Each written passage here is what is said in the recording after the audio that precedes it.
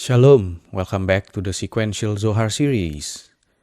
Today we are entering Zohar Bereshit A, chapter 31, called "And the Earth Was Without Form." This chapter returns to the second verse of the Torah. And the earth was without form and void. But the Zohar does not read these words only as a description of an unfinished planet. It reads them as a map of Malchut, the receiving world, before her hidden powers have been released. Everything is present, but it is not yet flowing. The potential exists, but it has not yet become a settled world. That is a personal teaching. Sometimes life feels without form. You may have faith, desire, and a sense of calling, but nothing seems properly arranged. The strength is there, yet frozen. The words are inside you, but have not become speech. The fruit exists, but has not ripened. The Zohar begins with a difficult image.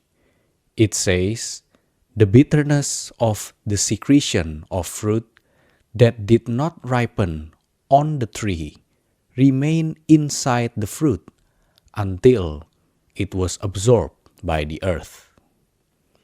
The earth already existed, but it had not yet been established. That is why the Torah says, the earth was, in the past tense. It was already there, but it was still Tohu va-vohu, without form and void. An unripe fruit is not evil, it is incomplete. Its bitterness comes from being separated from its proper time, proper process, and proper completion. This means some bitterness in the soul does not come because the soul has no goodness. It comes because goodness has not yet matured. A gift may become frustrating when it has no vessel. A calling may become restless when it has no discipline. Spiritual desire may become confusion when it is not rooted in patience, study, and good deeds. So the first lesson is not to condemn every unfinished part of yourself. Ask instead, what has not ripened yet? What needs time? What needs structure? What needs to be absorbed, purified, and brought into its correct place? Then, the chapter gives the key to establishment. Malchut, the world, becomes established when she is inscribed with 42 letters intended to crown the holy name. The synopsis connects these 42 letters with Ana Bekoach, the prayer traditionally associated with the 42-letter name. Ana Bekoach is arranged in 7 lines, with 6 words in each line. 7 times 6 gives 42. The prayer is not simply a collection of requests. In the language of Kabbalah, it is a pattern of ascent, purification, release, protection, and unification. But we need to understand this carefully. The power is not in treating sacred words like a mechanical spell. The Zohar says, the letters crown the holy name. A crown does not replace the king. It reveals honor that already belongs to the king.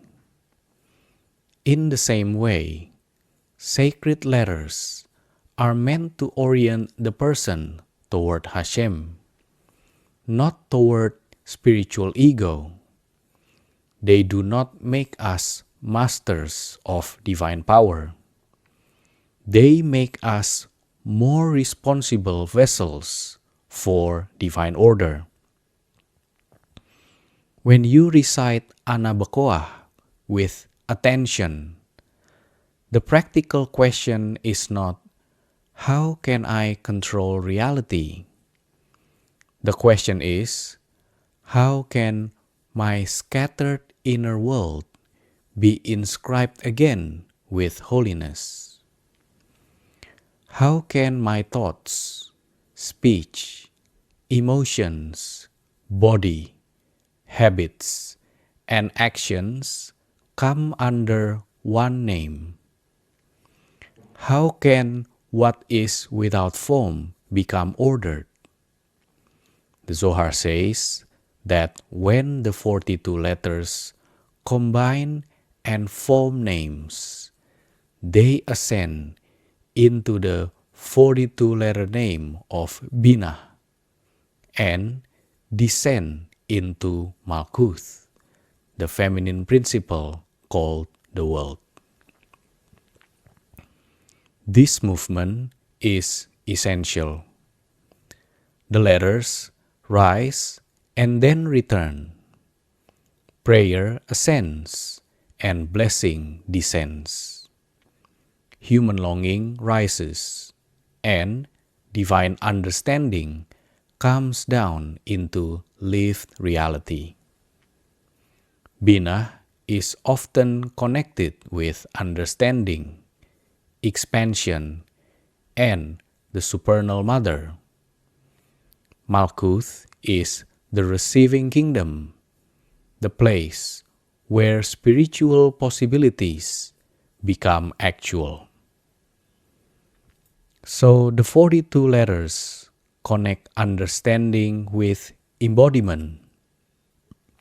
They lift the lower world toward its source, then bring the source into the lower world. A spiritual practice is incomplete if it only makes you feel elevated for a moment. The real question is, what comes back down? Does prayer descend into your speech? Does study descend into your patience? Does mystical knowledge descend into honesty, restraint, generosity, and courage? The letters rise to Binah, but they must descend to Malchut. Heaven must enter earth. The Zohar says the letters are crowned in the 4 parts of the world, associated here with Chochmah, Binah, Tiferet, and Malchut within Malchut. Then the world is able to exist. The 4 directions symbolize totality. Holiness cannot remain in one corner of life. It must reach the mind, heart, relationships, and practical life. A person may be devout in prayer, but careless in speech. Another may be generous in public, but harsh at home. Another may study deep wisdom, but refuse correction. The world becomes established when the sacred pattern reaches every side. Then the chapter says something that gives human beings enormous responsibility. The spiritual consciousness that Malchut receives is sustained in her by the good actions of people in the world. Creation is not a machine running independently of human conduct. The world is established from above, but its holy order is sustained from below. Our actions matter. A connection exists between morality and metaphysics. When a person chooses truth over deception, mercy over cruelty, restraint over impulse, and service over selfishness, that action strengthens the world's vessel. This does not mean one mistake destroys the universe. It means our deeds participate in coherence or fragmentation. Every honest action is an act of establishment. Every act of compassion gives Malchut somewhere to hold light. Whenever you refuse to feed hatred, gossip, vanity, or exploitation, you help prevent the inner earth from returning to chaos. The Zohar compares the process to the seal of a ring. The letters enter the seal, joined together as holy names, and the impression establishes the world. A seal gives form to what receives it. Soft wax has potential, but the signet gives it a recognizable image. The upper world is like the seal, and the lower world receives the impression. Yet the impression remains visible only when the receiving material is prepared. If the wax is too hard, it will not receive. If it is too liquid, it will not hold. This is a beautiful picture of spiritual character. The heart must be soft enough to receive correction and firm enough to preserve it. Humility makes the heart receptive. Discipline makes the impression lasting. Without humility, nothing enters. Without discipline, nothing remains. The chapter then shifts into darker imagery. The letters strike the rod of the great serpent and travel 1,500 cubits inside the chasm of the dust. The great deep rises in darkness, and darkness covers everything until light emerges, breaks through the darkness, and shines in perfection. The Zohar connects this with the verse from Job. He uncovers deep things out of darkness and brings out to light the shadow of death. The serpent represents a force that twists desire and turns life away from its source. thus represents the lowest level, the place of mortality, heaviness, and apparent separation. The letters do not avoid this darkness. They enter it. Sacred order confronts the place where consciousness has become buried. This is important because genuine spirituality is not an escape from your shadow. It is the entrance of holy light into the places you would rather avoid. The letters descend into the chasms. Prayer enters fear. Truth enters self-deception. Mercy enters resentment. Discipline enters appetite. The light does not pretend darkness is absent. It breaks through darkness from within. The number 1500 appears again when the waters, meaning the mohin or higher consciousness, are placed on scales. The Zohar speaks of fingers, 3 drops, one part rising, another descending, and the scale standing evenly without leaning right or left. The image is one of exact measure. Spiritual light must be weighed. Too much on one side creates imbalance. Hesed without boundary can become indulgence. Gevurah without mercy can become cruelty. Expansion without grounding becomes fantasy. Restriction without hope becomes despair.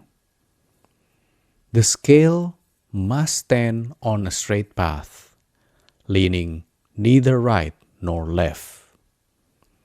This is the work of the middle line, the path that does not erase opposites but harmonizes them. The middle line is not weak compromise. It is a higher integration.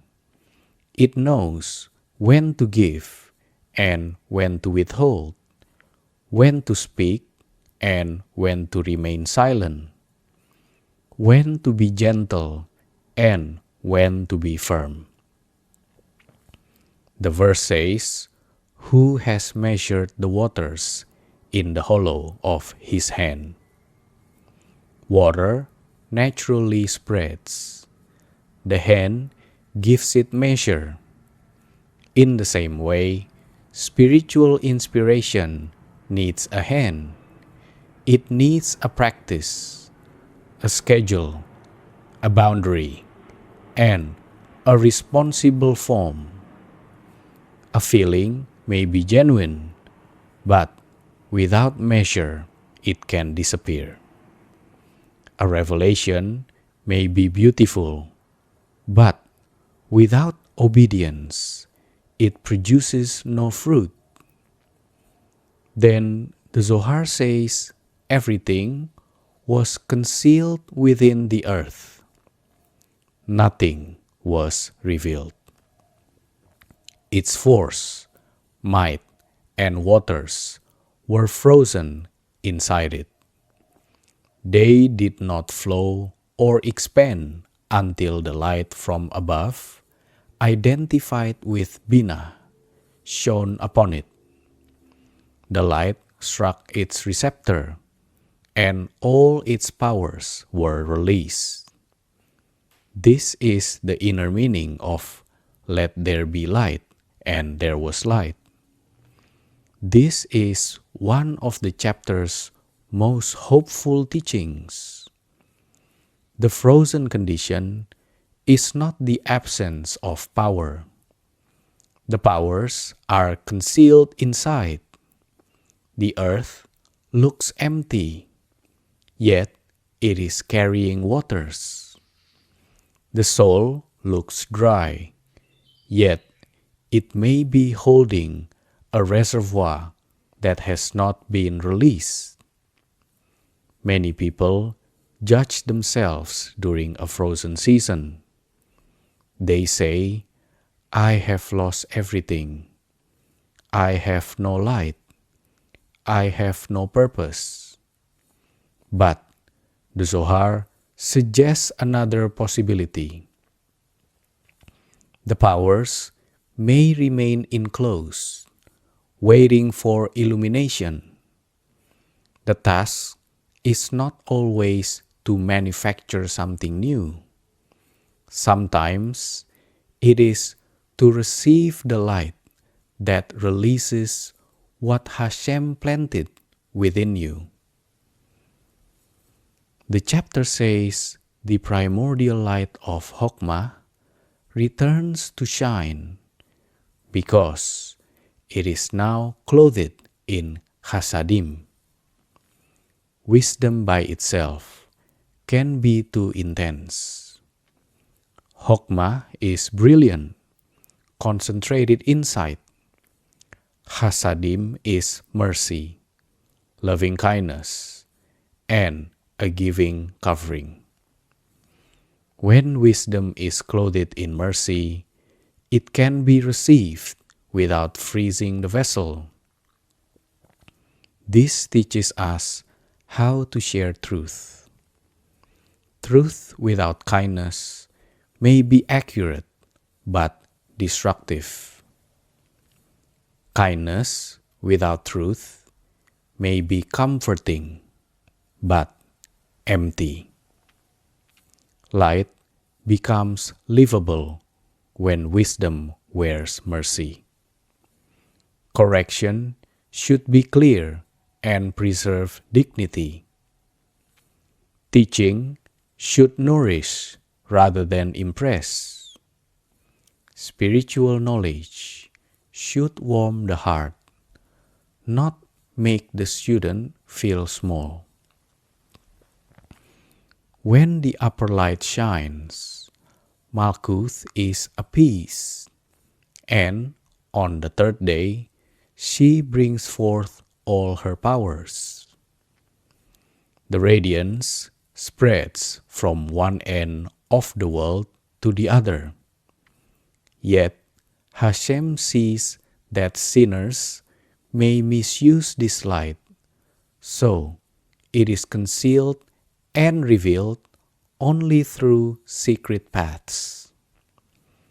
The hidden light is not destroyed, it is guarded.